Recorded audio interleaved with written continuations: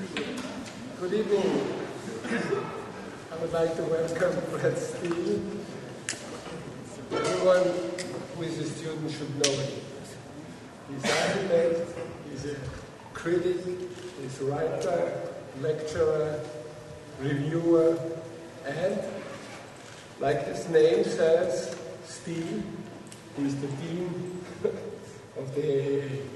And you need to be made of steel in order to run a school like the IoA. If you consider to be an architect which should know more than just building a house, then only few architectural schools should be mentioned where you can get what you need to be an architect who knows more. And I would not recite all the names because then I forget one and everyone of this school will be insulted.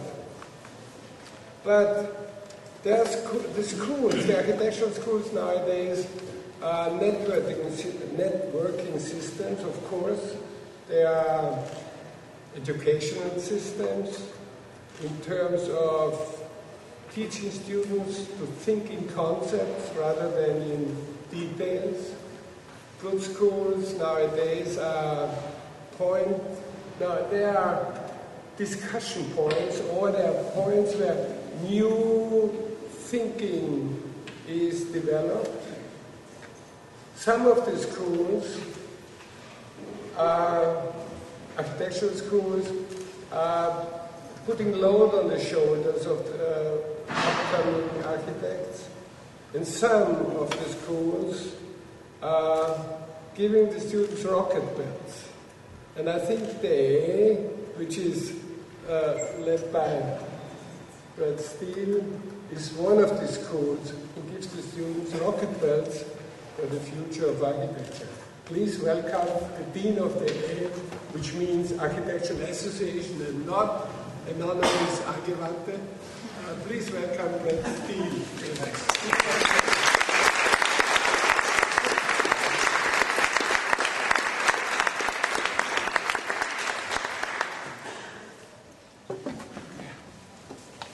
Thank you both for that kind introduction. It's a great pleasure to be back. It's been a couple of years, and we were chatting last winter, and I asked Wolf what maybe I could do a talk on. He suggested what became this topic this evening on architecture schools and their peculiar modern lives and histories. What provides for us, I think, a kind of context to rethink the idea of what a school might be today. I think architecture, as you all know, I'm sure much better than me, is going through a spectacular wave of change to the discipline, to the form of knowledge we take to be architecture, to the way architects learn. I think more than anything that poses challenges to the institutions that architecture and architectural culture have grown up around, and I think one of those key institutions is what we call an architectural school, which I take to be absolutely and fundamentally the core technology of all architecture thinking. It's the place where we all learn to think as architects, for architects and like architects, and for that reason the kind of changes that architecture as a profession and discipline are going through today, I think, are really presenting spectacular challenges to how we who work in school think that schools ought to operate. What I've put together for this evening is a little talk that looks at the history of what we think of as the modern architectural school, which many of you know starts as a peculiarly European project in the middle of the 19th century with this great big pile of stone in Paris called the École des Beaux-Arts in the 1870s, and which evolves over 150 years into the kind of setting that I operate in London today. To scale, my school of 550 to 600 students is almost exactly the size of the École des Beaux-Arts in Paris in the 1870s. Like other technologies, schools have gone through a staggering transformation in how they organize space and information for the activities they think of learning. And what I'm really interested in is the way in which a new wave of media and technology that's rolling through architectural culture will profoundly change the way we think of an architectural school and the habits that we all inhabit as we work, teach, and learn within the school. I think you could point to many different births of what we call the modern or the experimental architectural school. Surely one of the great episodes in that history is the invention of this sign and the building behind it in the 19-teens, led by Walter Gropius, having stolen the idea of an experimental art school from Henri van de Velde and others in Amsterdam at the Art Academy, who created the idea of a workshop-based experimental school. Gropius imports it into Germany, and by 1919, looking very much like a kind of bank manager in the suburbs of Dessau, is operating a machine that's really trying to challenge the traditional academy that we think of as an architectural school. And what I'm going to sketch through tonight is a kind of evolution of what happens to Gropius's diagram over the years. And that evolution, of course, leads to death in various ways. The modern architecture school is eventually institutionalized by, amongst other, this fellow, who in about 1960 designs one of the pinnacles of the modern architectural education, Paul Rudolph, shown here with the equipment of the studio of his Yale School of Architecture in New Haven, which is monumentalized in the 1960s and kind of brings to the end a first great wave of industrialization within the school, and which coincides roughly with, in the 1970s, the conversion of Robinson Hall at Harvard on the left, which was a very cheap and low-cost copy of the École des Beaux-Arts in Paris, converted in 1972 by John Anders into a pure information space in an open-plan floor that I'm sure many of you already know, in which the activity of the architect shifts from, let's say, the staring at classical details to a continual conversation between classmates and teachers that creates new architectural. That's all a kind of backdrop to the kind of things we're doing in London today and very much interested in, which is the idea that creativity and innovation might lie as much in the destruction of the school as we know it as the invention of a new one. These are a couple of my students cutting apart some of the concrete in our building, literally opening it up to start to work with the school in new and unexpected ways. One of the peculiarities of my little school is that it's housed in a series of 250-year-old houses that were originally built for 7 people, and which today are occupied by about 900, that are all jammed together in a Georgian interior that most of us can't fit in most days of the week, but of course provides the kind of friction and a backdrop for these acts of destruction, which I'm going to show you a little bit about tonight. And I think what we're witnessing today is really a transformation from a classical model of teaching, which endured all the way up through the 1980s when I was a student at the IoA. This is one of my juries and my critic in the upper left corner, Peter Cook, Cedric Price, and others doing that time-honored thing of staring at students' drawings and offered commentary, and which really remains one of the kind of core activities of audience building that I think lies at the center of most architectural schools worldwide today. What I became interested in coming back to the school a few years ago and beginning to teach is that in fact those figures are no longer present in the studio in the way that many of us grew up around them. I took this picture of my students in the studio 8 or 9 years ago, and what interested me in the picture is that there isn't a teacher inside. There isn't a teacher, there isn't a critic, there's a group of students gathering around, for some reason, Kevin and his laptop, because Kevin and his laptop have discovered how to do something, and frankly, that's where all of the attention is lying today in the studio. It's very much upsetting and overturning both the classical and modern assumption of what a teacher-student relationship is in a classroom or in a studio especially, and I think that's one of the interesting features of these learning technologies like the electronic design studio that's evolving around us now in real time. It's, of course, upsetting in serious ways the kind of assumptions, particularly in the organization of studio space, that Mies and others installed at the heart of architectural culture in the 20th century. This, of course, is one of the classic photographs, mid-20th century. This is Crown Hall at the height of its, let's say, Fordist production of young Mies architects, where all students had literally the same pose, the same drawing table. All tables are aligned in columns and aisles and rows, and Mies's factory for the production of more Mies, which is what it was a perfect machine for, is what, of course, eventually evolves into the kind of information and communication spaces that we all, in strange ways, still inhabit today. I think there is a kind of breakdown of that model that we're living through, whether we want to admit it or not. For me, certainly one of the most amazing things about schools today is that it's the design platforms that young architects work with that exhaust architects, and not what people like me or critics or teachers say to them. This is the stuff that wears you all out late at night, but which again I think just provides another reminder that architects and teachers need to start thinking in different ways. Before I go into the kind of core part of the talk, I wanted to first give you a little preamble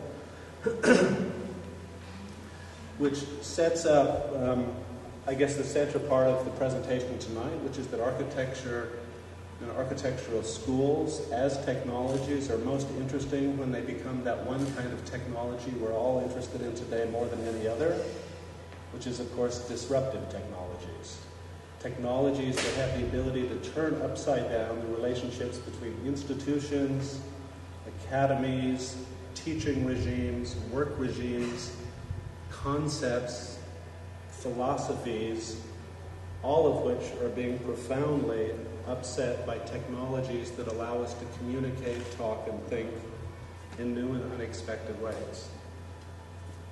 The context for all of us as we think about schools today is, in fact, this kind of generic marketing information that architecture schools worldwide are promoting to young architects.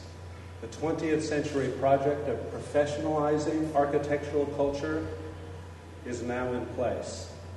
A century ago, it was an idea that architects would go to vocational academies, they would train to become qualified professionals, and they would work to the standards of that service industry throughout their lives. That was an idea in the 1920s.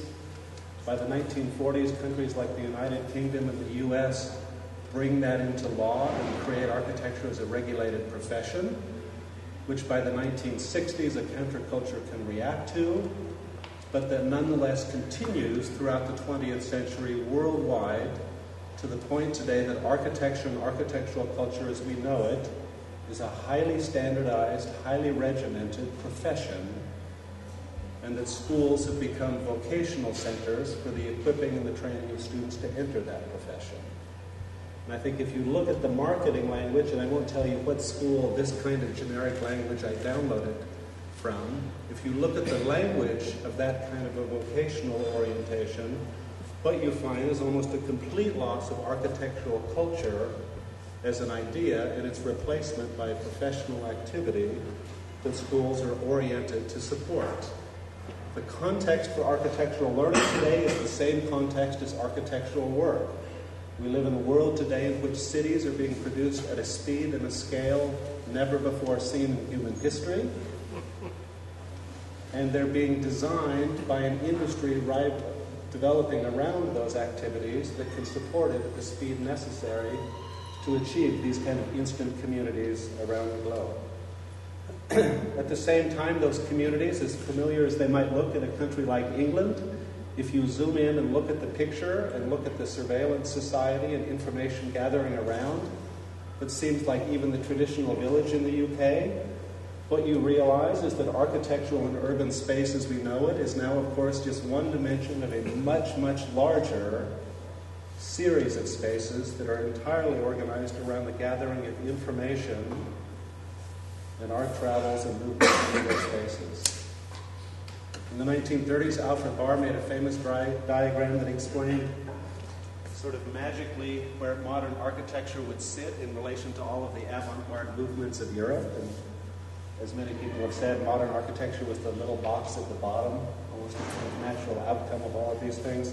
By the end of the 20th century, of course, culture as we know it is much more a world of mergers and acquisitions than it is movements and styles. Architecture has to, in profound ways, negotiate that kind of grand space reality. The kind of image that Rem used in Delirious New York to argue that a new kind of metropolitan architecture in the early 20th century was constructing his or her professional identity literally around the buildings that he or they created. By the end of the 20th century, that diagram is almost perfectly reversed, where the building now wears the identity of the architect. This is one of Philip Johnson's last buildings built in Berlin in the 1990s, as a way to try and give meaning and understand what that building is. The architect today now sits as a figure within that expanded space of information, exchange, commodity, and production. Norman Foster gets in trouble for selling Rolexes, and websites track him wearing different wristwatches and reporting him to Swiss manufacturers, not living up to his endorsement obligations. OK is the world's most known English language word, and it's the only word that's known and said more often than Coke. It happens to sit within the word, C-O-K-E. It is now the kind of product that exists in more spaces, in more countries that are represented in the United Nations.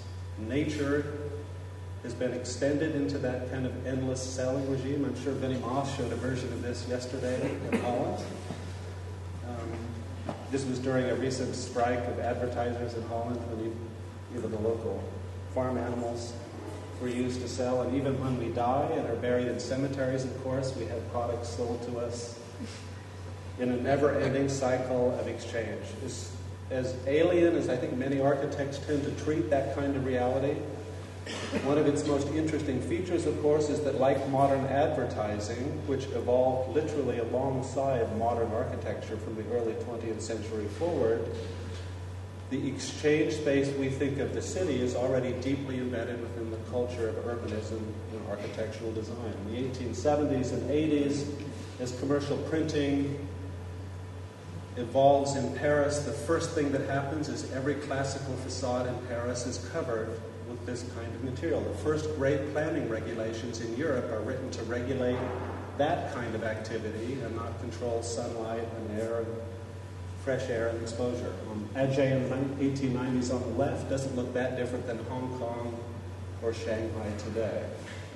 I think what we see today is a kind of acceleration of a series of forces, but not the emergence of new forces and new forms of exchange.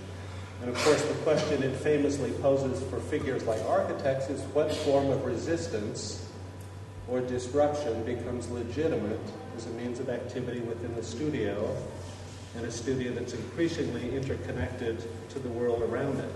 This happens to be a graphic developed in the 1960s by an architecture student at Harvard, which became a worldwide symbol for student protests and riots, and a rare example of architects entering into that space of, you could say, protest, disruption, or an upsetting and imbalance of the world they know.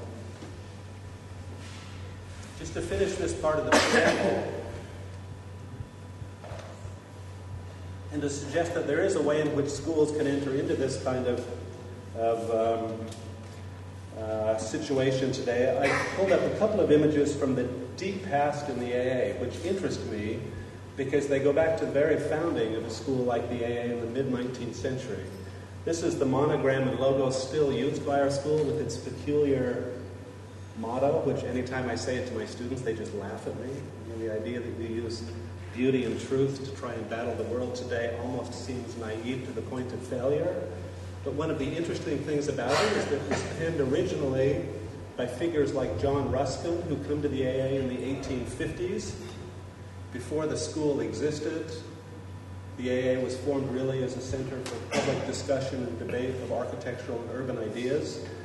And one of the things that Ruskin does with his followers, including Walter Crane, who designs the emblem for the AA, is they create in Europe for the first time a generation of artists and critics who take as their task a resistance to the first great wave of industrialization that was rolling across England. Ruskin famously attacks the acceleration of industry that he thinks destroys the countryside and to the large part the cities of England in the latter half of the 19th century.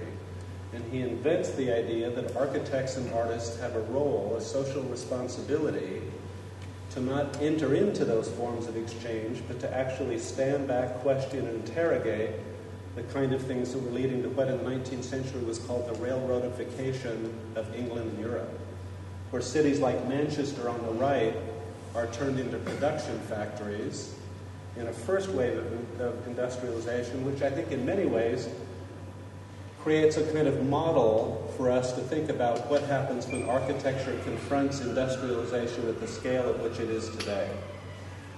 Architecture has never confronted a wave of industrialization that worked its way into the very design systems and design platforms that we all work with as architects. Today, the design market is dominated by about 6 software packages owned and operated worldwide that become for us the kind of common language, the shared basis for exchange that now organizes not just architecture and architectural culture, but of course all of the other design industries and creative industries that work with that very same set of tools. In the early 20th century, it was the first great wave of industrialization around building materials, like glass and steel, which created for modern architects the need for a new model for architectural education. That was the force that created for Van de Velde, for Gropius and others, an argument that architects need to learn and think differently. And with that, they created the idea of the experimental school, a school that would sit in workshops instead of in academies.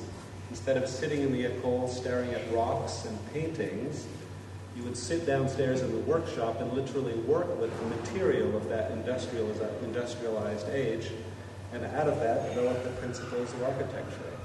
And I think a century later, and it's almost exactly a century since Van de Velde's Academy was formed in 1910 in Amsterdam, architects today confront a very parallel or very similar kind of condition, where the demand upon us now is to, in fact, create a new model for what an architectural school or culture might be.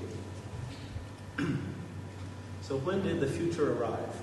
If we skip past the deep history of schools, I took this picture of one of my studios in 2001, in a studio called the DRL that I was teaching in at the time, which when I took it, I thought was just a classic example of the junk space within which most architects operate today. I took it back to the studio and opened it up, and of course, the funny thing was that the grid of which it aligned with the version of 2001 that Stanley Kubrick shot in 1968, in which he imagined the tools that we all now use as architects would be the kind of thing that only astronauts would get their hands on. Of course, the thing that Kubrick missed spectacularly was how ordinary and everyday that kind of stuff has become, and reorganized with it the way in which the architect and the architect's body moves within the studio.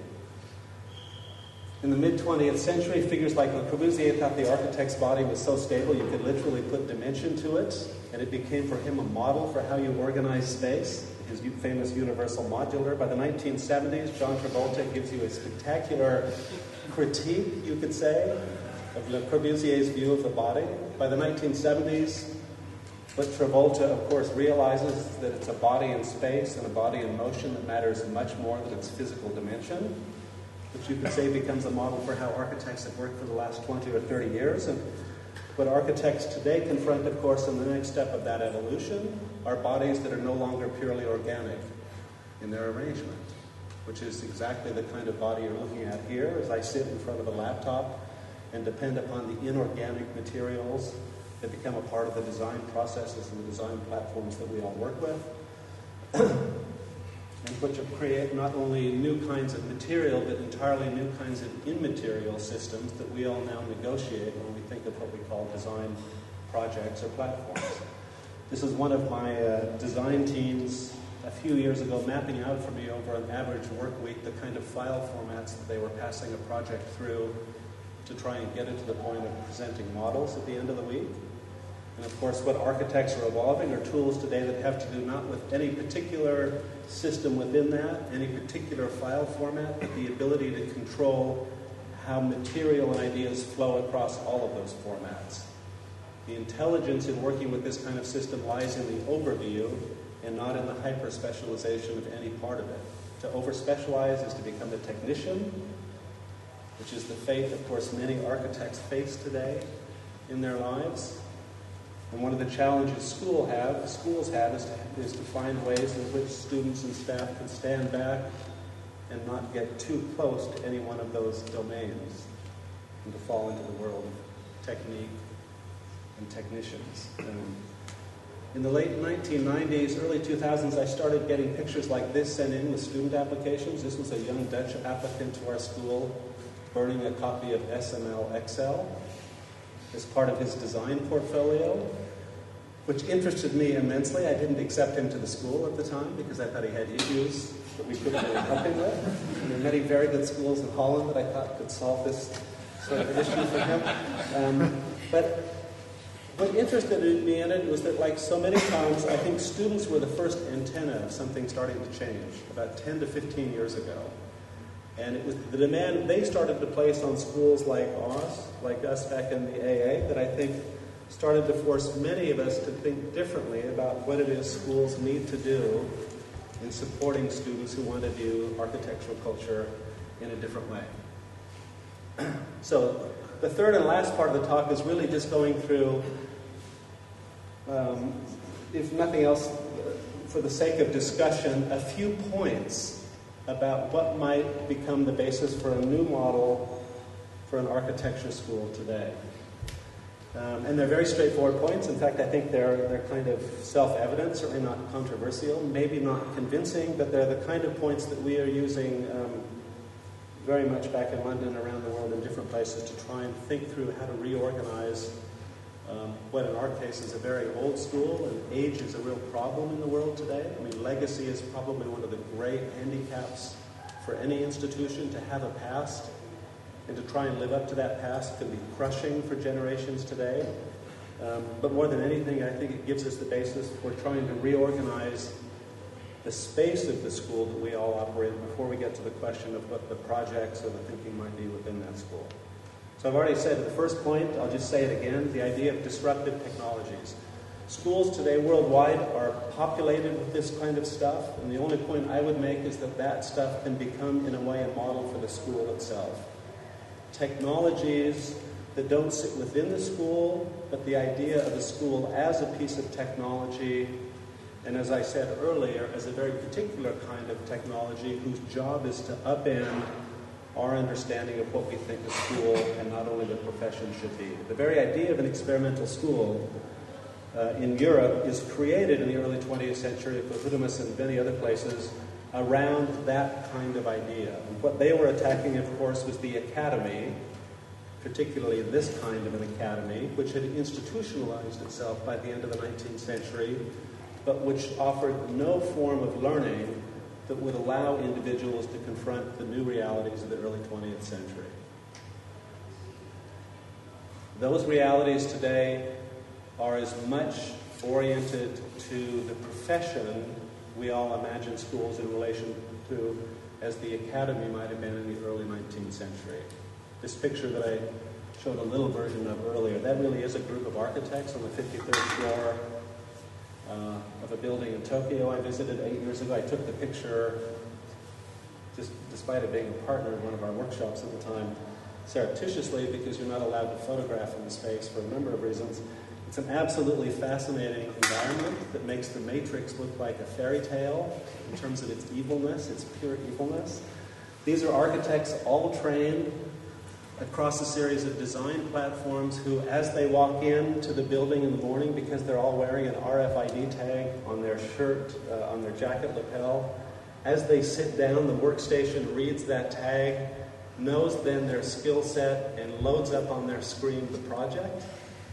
And as they stand up and step away from the workstation to take a break, later in the day, of course, it automatically saves it to a mainframe computer halfway down the building and fiber optically cabled to the other side of Japan.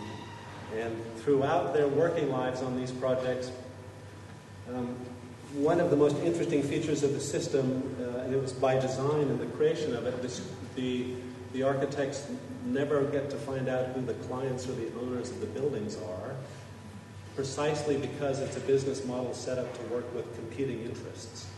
And this is their way of protecting the IP and the knowledge within the system. Absolutely amazing kind of system. If you look at the history of experimental schools like the Bauhaus, one of the most interesting features is the performance space of the students, who absolutely confound, you could say, the pedagogical assumptions of people like Gropius and others. These are how the Bauhaus students inhabited that building famously, and tried literally to turn upside down not only the thinking of how a school should operate, but the thinking most famously of how their director thought that school should operate, which is certainly one of the lessons for me as the head of school. Students are the ones that determine how a school ought to operate. These are the students, by the way, that voted Gropius out of office in 1926. Point I make with my students regularly. He made it 7 years. in the Bauhaus before his students kicked him out, and they kicked him out for a very interesting reason, and a sign of the times, because it's a sign of the conservative impulse of students worldwide. They kicked him out because he wouldn't teach a proper architecture course. He refused to teach architectural history, and that drove the students at Bauhaus crazy for some reason. They were a very interesting bunch, these people. They're your predecessors. They're your genealogy. They've created you like Gropius has created people like Wolf and me today. And they're people that we look back to in a place like London today. These are my students inhabiting a hotel room in my hotel around the corner for 6 weeks to do. This is a large format photograph. You wouldn't believe it, but it took about 6 weeks to set up, to try and tell the story of the life cycle of how an architect lives today in the 21st century. How you all operate as architects really interests me. I mean, this is one of our architecture students. In fact, this is a clear sign. This is about 2006. You know, if you ever had doubts that the world economy was going to crash, I think looking at this picture would have given it away. These are store employees at an Apple store cheering a person for getting the chance to buy one of the first iPhones. The frenzy was so great when this technology arrived. Disruptive technologies are products, but they are also the basis for upending a whole series of social, industrial relationships today that are quite deep and profound and obviously still being lived through on an almost daily basis. Napster, of course, being one of the famous early examples of this, and a simple product created by a 22-year-old college student, released accidentally in beta form in Michigan, which had the ability to bring down the music industry in 3 years' time before he too was brought down for making the mistake of putting all of the songs files in one server instead of distributing it on the internet. I showed this set of images in China last year of what I've been told will be my last trip to China, for showing pictures to my hosts of what Tiananmen Square looks like when you Google it in China. And the story I was telling in Nanjing was, the nice thing is it's all architecture. All you get is architecture when you Google Tiananmen Square in China. Of course, if you're anywhere else in the world, what you get is a very different picture of what happened there. The battles that are being fought today over these kind of translation spaces are deeply architectural in their organization, and I think confound many images that architects have today of unending, undivided globalization that somehow will make borders disappear, and in fact are already doing very much the opposite throughout the world. I started thinking of the idea of the school as disruptive technology when I watched the students in my studios using and creating this disruptive technology. This is a team of 4 students who downloaded instructions in about 2001 or 2 for how to create this antenna and pointed out our windows to steal broadband from our neighbors next door. This was before the A could afford to have broadband in its design studios, only 8 years ago. 9 years ago, and I think what it becomes a model for in a strange way is to think of the space of architectural education and learning operating in a different form as an institution. I gave an annual introduction in about 2003 to my graduate students, which by that evening one of my students sent me a screenshot of a server in Russia that was hosting a videotape of the 9 o'clock in the morning lecture, and in effect completely upending any idea we had within the school of what we thought we were doing as a school. Something that it seemed pioneering then, I suppose, in 2003, but of course today happens because all of you carry mobile phones with high resolution to do this stuff constantly. These become models, I think, for the kind of challenges that schools face today. Same thing is happening in print and publication. The dominant form of communication in the 20th century in architectural culture was the monograph, the printed book or monograph that circulated the work of architects worldwide. In the early 21st century, that's the basis for its entirely self-contained counterfeit industry of book publications that operate out of China. This is a bag of El Croquis and other publications that were dropped at my feet at a lecture in Beijing last January. Like any talk that you give in Beijing, it arrives with groups of people who have been printing books all night long. Any book you know in the architecture world, whether you get it as a hard copy or as DVDs, 10 years of El Croquis for $5, delivered to your hotel room that evening with an instruction that if you want the hard copy, they'll get it to you by 9 a.m. These become the kind of challenges that schools today in very real ways face as they think of how it is they negotiate what we call the learning space that we assume all schools have been built around.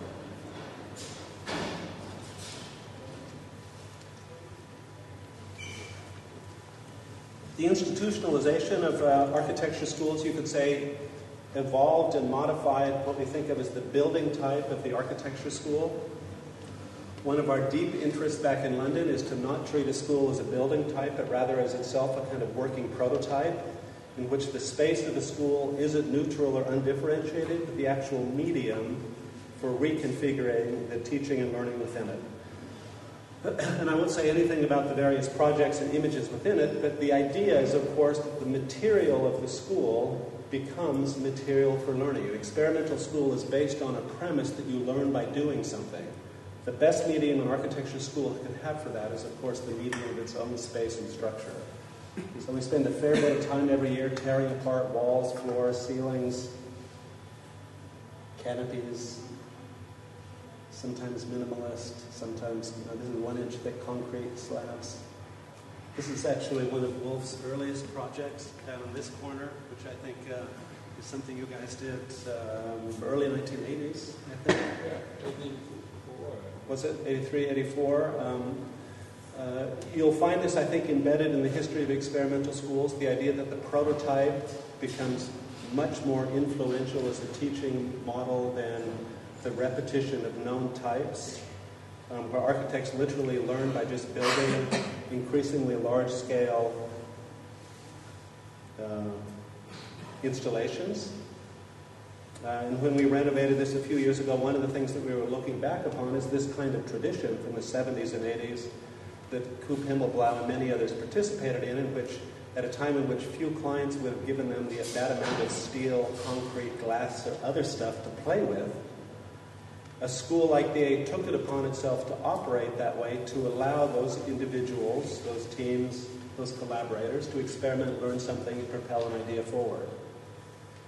There's an interesting history that I won't go into here of how that operates within a school like the IoA back in London. We've accelerated that program slightly by taking on property outside of London, thinking that this would be an interesting setting to do the same kind of thing with. And we've got teams that now live out in the woods in sort of guerrilla fashion that are building. We just received planning permission for about 15 buildings that students and staff will build out there over the next 7 or 8 years. There's a very interesting and deep history of prototyping within the culture of modern architecture, and it plugs in fact, to the invention of research and development as we know it in the United States, late 19th century. Someone like Thomas Edison in the 1890s in Menlo Park invents the idea of the creative laboratory as an industrial complex. The inventor of all of those things you know today in the modern world, from electricity to phonographs to telephones, first has to invent the idea of an institution or an organization like these strange laboratories in which you simply put people together and with piles of materials and ideas let them start to develop things for the future. The modern research and development economy in the world is one of the things that architects usually finds itself quite distanced from. Famously, this character and his high school teacher over on the other side, Paul Allen, invent a model for a research and development company called Microsoft, in which they said the point of an industry like that was to put people together in a collaborative environment, not have products, but to set up a series of processes in which continuous invention and innovation could happen. They were so certain that that field would evolve that they never focused on the single product to its perfection, but set up this idea of a creative organization that would continually evolve. It worked brilliantly for about 20 years until, of course, other people came along and found weaknesses in the new model.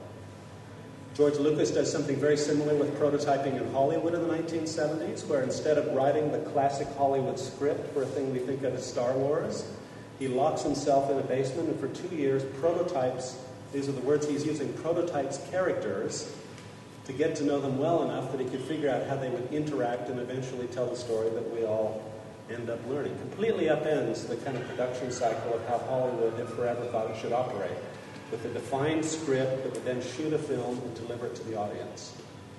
The story only comes after this kind of experimentation with someone like Lucas.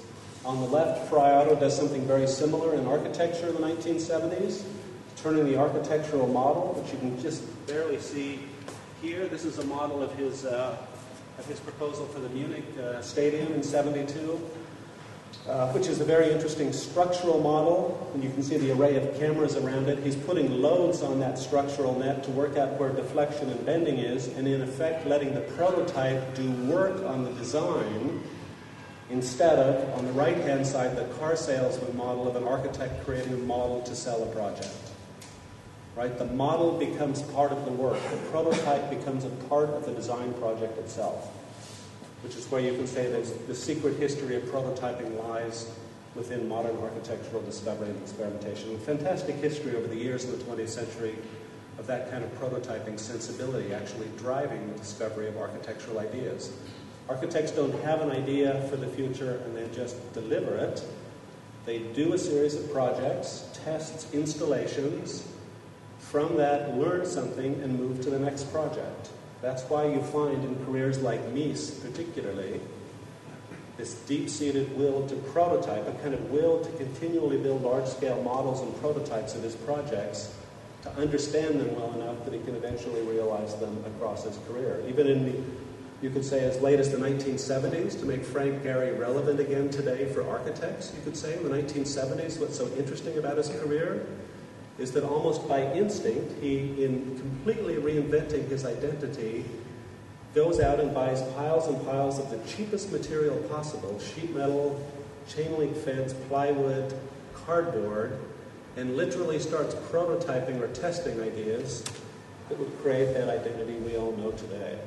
And in fact, distance himself from what he was trained to do in the 1950s and 60s at USC in the early parts of his career.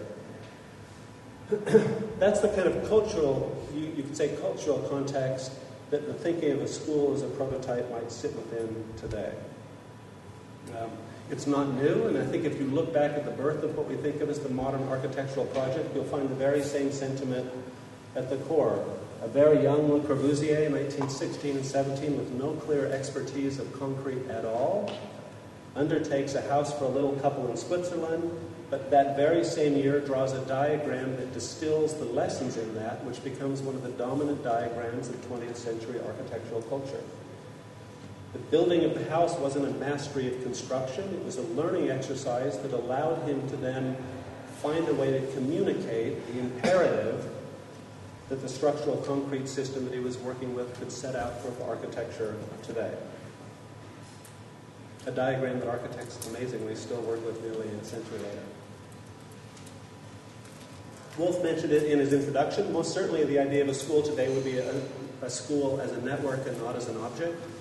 Networks are unlike objects in very interesting ways, and in ways in which the emerging sciences of networks continually describe in new and unexpected ways. The comparison I began the talk with on the left of the École des Beaux-Arts, where you and I would go and stand for 5 years in front of dead rocks and stare at these rocks to learn architecture, has been completely supplanted by the model of a school in which the networking of information across servers and archives and hubs allows communication to work in a fundamentally new way. One of the things we're experimenting with back in London is that London becomes, in fact, one of only a series of hubs around the world in which we operate. An experiment that's been going on now for about 3 years, in which is most interesting for us because a school can need no longer be thought of in a purely geographic sense. I have about 700 students enrolled in London this year, about 1,000 or 1,100 students worldwide in about 24 programs around the world, which lets us send, of course, the people from London out in the world, actually engage with the conditions in these different settings, and hopefully bring things back, ideas, experiences, accidents, souvenirs, whatever it might be, which might have an effect on what goes on in London the following year. A school becomes a kind of planetary system, you could say, in which unexpected overlaps and occurrences might happen. It's been called by some a kind of missionary or imperialist model of inhabitation. I'm not sure that's the case. In a world like ours today, where people travel the way they do, I think One of the most interesting things that kind of activity does is that it upends a normal expectation of the relationship between a studio and a site, particularly in that we tend to embed those studios in the sites that we work in. This is a small village in Ethiopia. This is a very committed group of architecture students in Beijing. This is a workshop who performed on the streets of Dubai for 10 days in 2008, just before the crash. Interestingly, they were singing a lullaby to what they expected to be a real estate crash that happened about a year later. And the furthest one we've done right now on the last piece of land in Antarctica before my students floated away and we'll never see it again. And what we're interested in doing is basically reversing the kind of travel that we've inhabited in a city like London for many years. About 90% of our students come from overseas, which is a very strange feature of the school there. But of course, what we began realizing a few years ago is that diagram becomes interesting only if you can think of that as a form of two-way exchange. So the sort of visiting school model that we're experimenting with now is actually just thinking of ways in which London can be connected back out to the world in unexpected ways. And again, the model for this is a very straightforward one, and it's on your desks upstairs. Design cultures today operate across massively distributed platforms that we all are simply parts of today. We're working with tools that, by design, were created to be used by many people and many people simultaneously. The individuated model of the designer disappeared many, many years ago in the evolution of tools that happened long before computers, but that began to distribute architectural thinking and labor across groups in ways in which the arrival of that appliance in the 1950s could be assimilated as quickly as it was. The only way to account for this massive and rapid transformation that occurred only a few years ago when architects like my students back in London literally began wiring themselves into the building they were working in. That becomes not the junk space within a school, that becomes a model for how a school itself can organize its activities and its thinking. The kind of Copernican model that Gropius imagined in the early 20th century, you all know this famous diagram of architecture in the center of the universe and everything sort of radiating out from it. That was the basis for his curriculum plan in the Bauhaus, has been completely replaced by a networking sensibility that sees the movement of ideas, bodies, projects, teams in space as a definition of architectural thinking and learning itself. And when I show this information to architects and architecture schools, the point I always make is that it might seem relatively new still to architecture, but there are disciplines like music that have been negotiating these forces for many, many decades.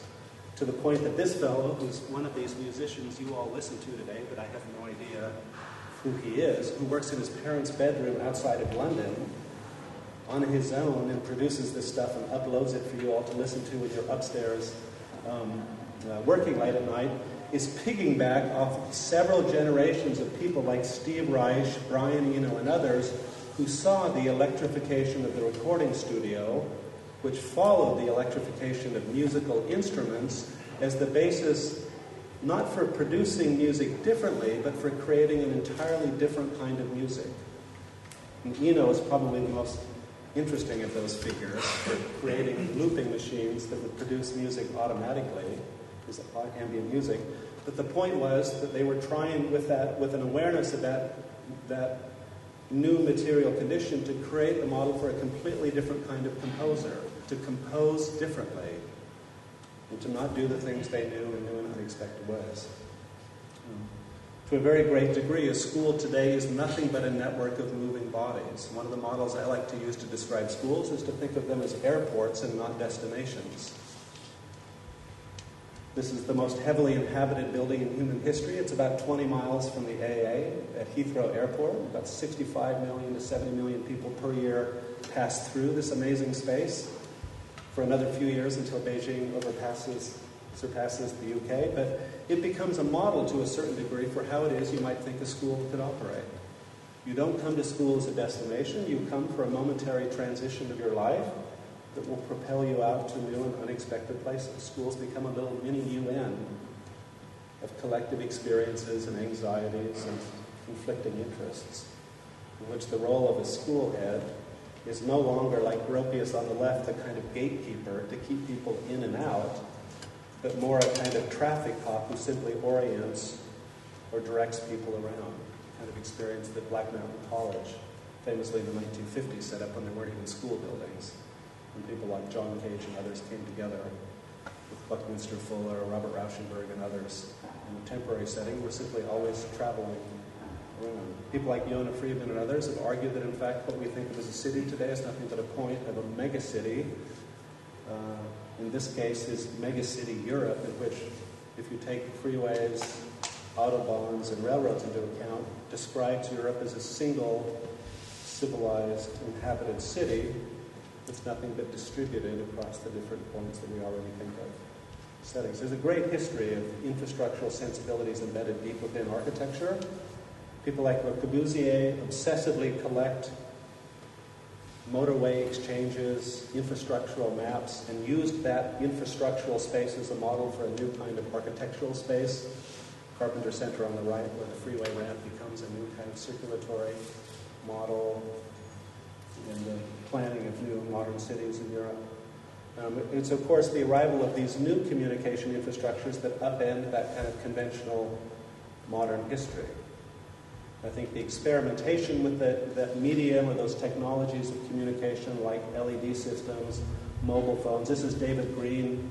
We built a prototype for David a couple of years ago, what he used to call his hairy coat, a coat that would carry all of the information systems of all of his students at all times that David can wear around London. He's simply embedding those technologies into what he thinks of as the architectural material of the project. Point 4, schools must focus on the invention of audiences, not architects. I think one of the great mistakes most schools make is that they think they invent architects. It's like the worst mistake when you think of it. Like it's a horrible mistake. You think that way, you end up with Crown Hall. You end up with a factory whose job is to produce architects as you already know them. In fact, what makes schools most interesting is when they focus on the creation of audiences that they can then embed their students within, and with that create sensibilities and ideas that eventually evolve into the architectural personalities you know. These 4 graduates of the IoA, all very different figures and personalities, weren't nurtured as talents within a school who made them.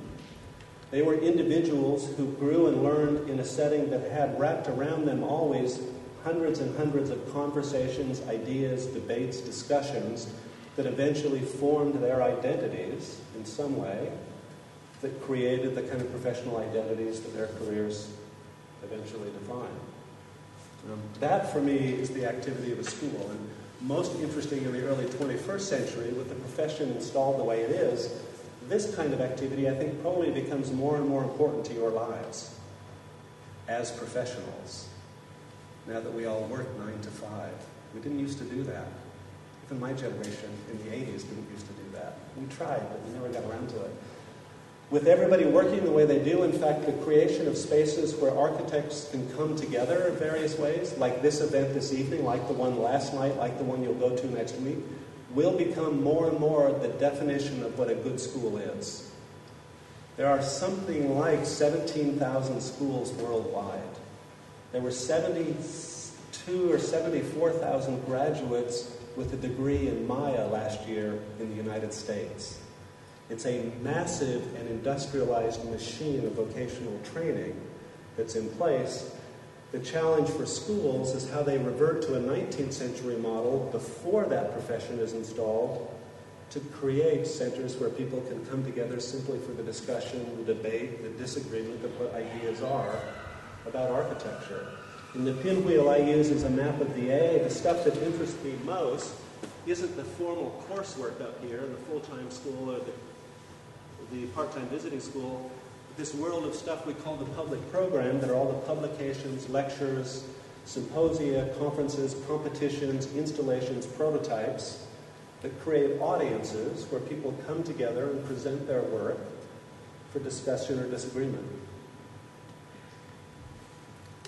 In some ways, schools become broadcasters. And if you look at this awful technology, this is some of our guys in the 70s, like everybody looked the same in the 70s. when the A briefly had the idea that it would create its own television network, which lasted like eight months before it collapsed out of lack of funding. But the will to broadcast or communicate ideas is really what lies at the core of a school. We brought together the Archigram guys a few years ago for a conversation with Beatrice Colomina and Schumann and a few others, and one of the most interesting things they cited in their work in the 1960s is when they were producing the Archigram papers, the famous set of 8 or 9 papers, they were making about 30 to 40 copies of each edition until they ran out of money in mimeographing. They were working with very small audiences, and of course had no idea it would roll out to have the sort of influence and impact it did, but what they had was a will to communicate ideas and ambitions to some form of audience beyond themselves. And the lesson, I think, for generations that have been trained to treat viewing and spectatorship as a passive activity is, of course, that can be an incredibly profound and influential model for how it is you evolve and develop your own ideas. The difference today is, of course, that takes place across an entirely new kind of media and communication, which we, like you guys do, take super seriously as a part of the job of an interesting school. You know, the creation of audiences that now I literally get a sort of screenshot sent to me at midnight every night showing me which part of the world is looking at which part of the AA. I have no real understanding of what that means. But it is interesting that a school now operates in several different spaces. And in fact, in spaces that vary wildly depending on the day of the week for some reason. And if you look at the kind of things schools do today, which is like the rolling out of publications on iPads and mobile phones and stuff, it isn't a difference in kind from the sort of things schools have been doing since the 19th century. That's what institutions do. Academic institutions communicate ideas. They store them, they can be retrieved, and they then communicate them to larger audiences. Deep history, and a super interesting history of the role of that activity in shaping architectural culture over the last century. The very figures we think of as architecture are a result of that activity and not building. Le Corbusier is, of course, famously a pen name, one of 14 pen names he uses while editing that journal. He got known as the editor of this journal with the name Le Corbusier, and as he says, he eventually has to adopt it as his own professional identity because everybody kept calling him that. It was so deeply embedded in his understanding of what an architectural project was that it was a simple extension of building architecture and urbanism. That's the context for schools today doing the same kind of thing. When we put these box sets together every year, these little kind of trophy boxes I love to make, for me they're a kind of architectural model of a school. All of the paperwork we produce over 32 weeks, we sort of bundle it together into a box and then send it out to audiences, and in a way enter into this interesting and deep history of how institutions like this, or like us back in London, or others around the world have been doing that continuously since the birth of what we think of as a modern architectural school. It's a form we love playing with, where posters, the production of posters, and not only books become a natural extension of the studio. We have studios that take that on as their design project for the year. This is a studio on the left that created protest posters against the RIBA for an entire year, railing against the profession in the 1970s. Others producing magazines and books. And of course, the merging of that into what we think of as the exhibition space is a natural and straightforward kind of activity. And again, I think it's just a reiteration of this impulse that modern architecture has long had embedded in it, which is publication, publicity space is architectural space in some way. The famous photograph on the left of Mies at his first retrospective exhibition at MoMA in 1946, at a time in which MoMA didn't have the money to build Mies projects, so they made these huge one-to-one photographs of Miesian space that the gallery goer could enter into and experience what modern architecture should look like. When I show these exhibition photos at the IoA, an example I like to show is this version of Zaha a couple of years ago when we brought her back many, many years after teaching at the school to show a project of hers. What interested me in how she and her team exhibited the project was that she basically uses the exhibition space as a medium for experimenting yet again with an architectural idea. It's a very simple, well-known Zaha project, right? The rolling of a surface that goes from floor, wall to ceiling. And if you go back and look at her archive of work at the A, what's so interesting is that instinct was in place 25 years before, when she and her students were doing the very same thing when given the front members room in Bedford Square, rolling a floor up to a wall onto a ceiling, and in some way testing the idea of continuous material. The exhibition isn't a place to show what you've done. The exhibition space is simply another medium to experiment with what you think of as the architectural idea. Very, very different model than the classical and modern diagram that Philip Johnson and others put in place, where you simply copy the thing that's already known. So I'm going to skip through it. Architects are no longer singular in their organization. It's one of the peculiarities that we tend to think of ourselves as individuals. The discipline, like the profession, is entirely distributed in its organization, orientation, and definition. The tools that architects use, even in the early 20th century, have evolved into systems that are now absolutely distributed and collaborative in their imperative and their design. The kind of tool that Frank Lloyd Wright famously used at 8 o'clock every morning when he walked in the studio and sharpened his pencil for 20 minutes and everybody stood. He sharpened 20 pencils and then he went around and marked up everybody's drawings. That kind of a tool no longer exists. Right? That tool has been replaced by a tool that's being used by everybody in the room at the same time. The architecture student as we know it has evolved. They are no longer this singular figure competing with a series of other identical singular figures.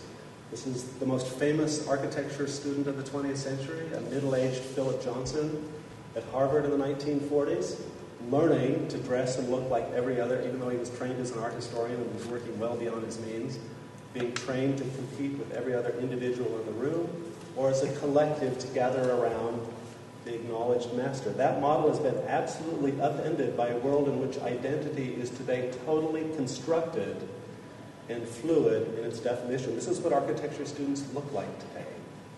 It's a model for architectural thinking, as bizarre as it is. The architect is a composite figure of those people who he or she worked with. It's no longer the late-night prisoner. This is the trauma I had in architecture school many years ago, where we would be locked in our buildings late at night, in our dark little corners, working unknown to everybody else. It's been absolutely replaced by a pure information space which has as its most interesting feature absolutely relentless and continuous information production and exchange, circulation and exchange. Obviously, the figures that we think of as the architects are then multiplying. This tends to be how we see students at the AA in funny little groups. My teachers teach in funny little groups. They are plugging into a very interesting and deep history of collaborative thinking at both the avant-garde and you could say the evil corporate end of the spectrum. From SOM in the upper right corner, who perfected the corporate model, to Super Studio in the lower left.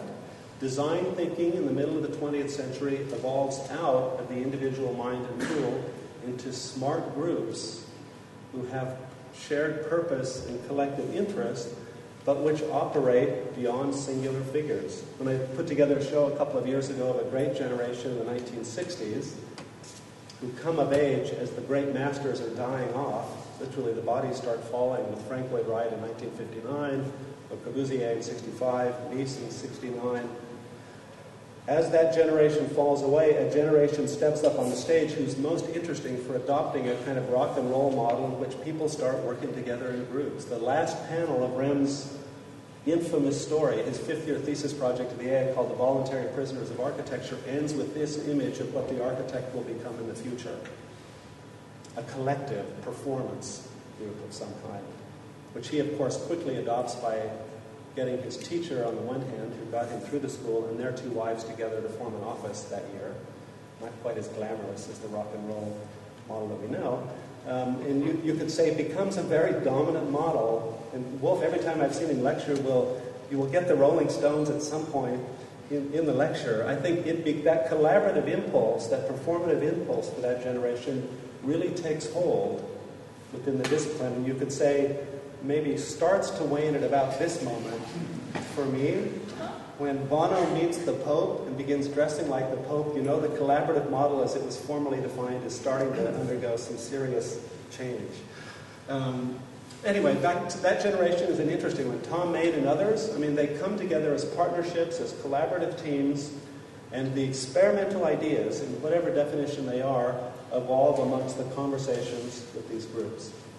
Something the studios back in London, like the ones here, are absolutely invested in various ways. They don't work as smoothly or as perfectly as you think. These are 4 people working together, talking to 4 other people around the world. And a kind of classic example of the problem with this generation's habitation of space. But it's an interesting problem to work on. But that collaborative impulse, again, is another definition, really, of how schools operate in the construction of audiences.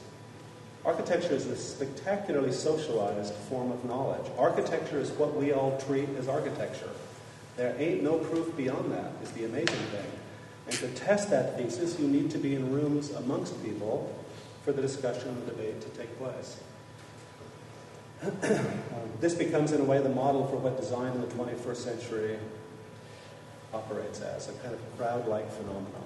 The individual not just works alongside other individuals in a collaborative team, he or she or they work amongst a larger landscape of technologies, platforms, and media, all of which operate with all of the peculiarity of crowds, much more than rational or understandable individuals. So I've given you the setup to say really the most interesting things about schools is make them an atmosphere, not a diagram. Never have a teaching plan for schools, right? Just make schools into places people want to be. As McLuhan said, classrooms are a distraction, attention is elsewhere. Right? The great problem with most schools is they look like classrooms, they act like classrooms, they've got rules, makes nobody happy. So create spaces in which, as I walk in, I couldn't possibly tell you what's going on. If it's a presentation or, I have no idea, but people are there at midnight. I mean, they're there together. Let the performance of the student in the school become the center of the school in some way, and let them begin to rehearse this idea that they will evolve their understanding, their experience, their ideas of architecture in relation to some kind of audience, which eventually, if everything goes right, will evolve into a group of people that include those that will support you and make possible these strange ideas you have. Again, well tested in things like the art world, literally 50 years ago, when the studio as we know it is converted by Warhol into a pure performance space. As he said, the last thing he would do at the studio in New York is actually make sculpture or painting. Like he hired people to do that across the river to not bother him.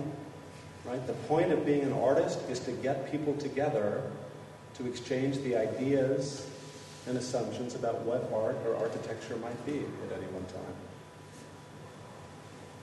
I've already made the point earlier, but just to wrap it up, the idea of architectural schools today as a cultural space, not as a vocational center. The coursework takes care of itself. You all do the work, you do the projects, you have great teachers.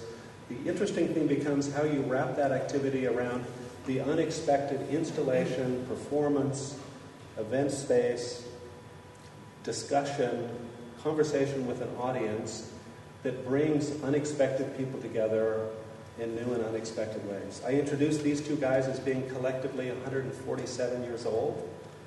To the AA audience, they'd never shared a stage together. To me, astonishingly, in 2006, when we put them together, had an absolutely fantastic conversation about what might constitute a critical project today within architecture. They have, as you all know, very different opinions about what that is.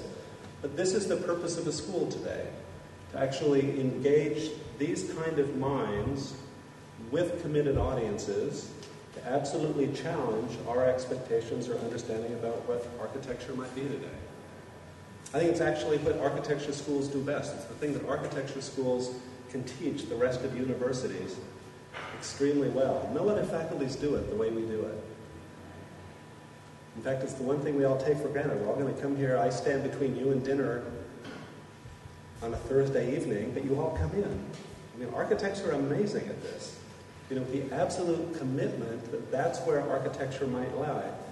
And I think that's one of the great assets that schools have to find ways to enhance as they go forward into a world in which that activity you all are doing is increasingly being assumed to be only the kind of thing I did in my childhood. This is my childhood. This is how I grew up, with the absolute assumption that an audience is a passive entity which waits for stuff to come into it, right? We live in a world today, and in the conversion of media that we're all living through, we live in a world today in which media now distributes agency to the audience, not to the producer, not to the author, not to the artist. Interestingly, and this is the strange thing about social media especially, agency now lies with you. It's not a coincidence that conspiracy theory is now the only viable form of theory left on the planet. The kind of theory that travels amongst audiences. Right? And the question is how schools can harness that agency such that those who use that media, like this boy who sits in front of his television screen all day long to live an entirely different world, can see that as a legitimate form of learning and experience, and not as a form of passive game playing and distraction. To wrap it up, maybe the end stage of this evolution that I find so interesting is, of course, as the school continues to evolve in this form, the school itself begins to disappear. Right? These technologies have the capacity to now take learning well outside the boundaries of this building or the buildings I inhabit back in London. All we had to do in June 2005, was hang a sheet under Norman Foster's bridge one summer night in London and play 30-year-old, 40-year-old videotapes of Rayner Banham, and a crowd gathered. I mean, it was surreal to me. I mean, my people asked if we needed to publicize this, and I thought, well, no, let's just watch some Rayner Banham on a nice evening. A school formed almost immediately. That's the stuff that I think is really confounding schools today. Their institutional bias, their expectation of architecture is being upended by students who work this way. The design studio is now literally where a group of people sit down on the floorway and start working.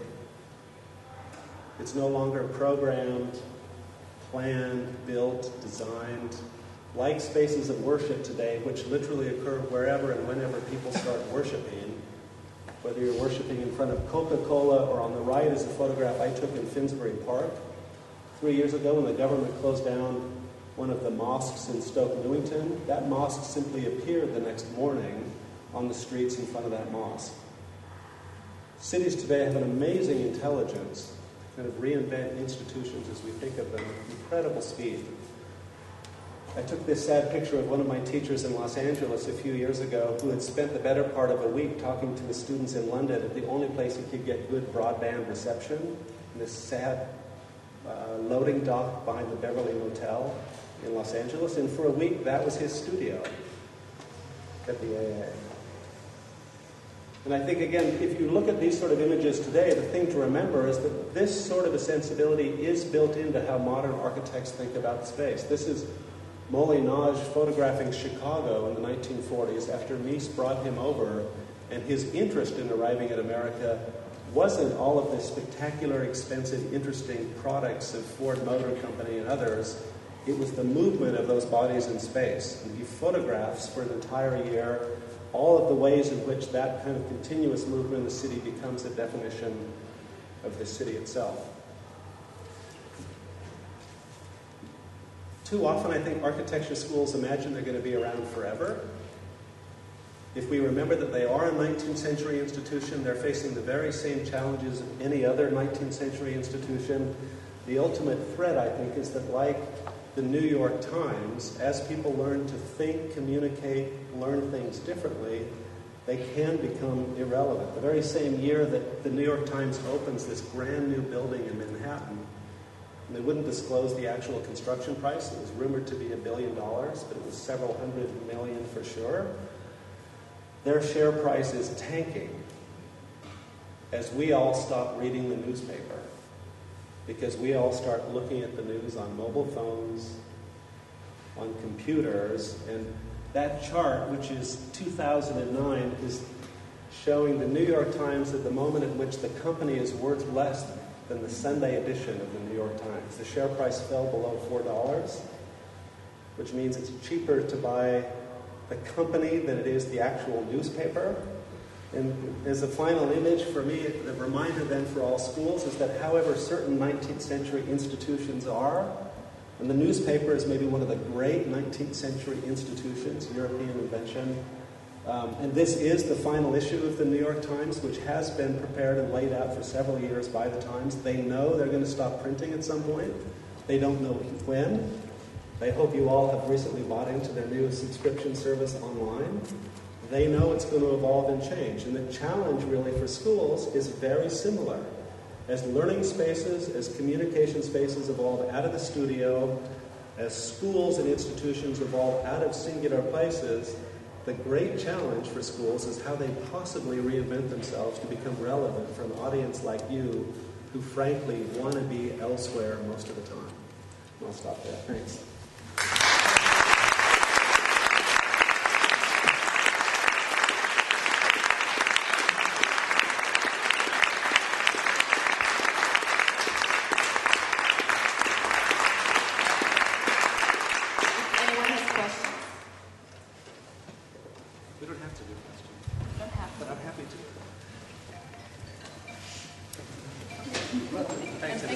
Thank you.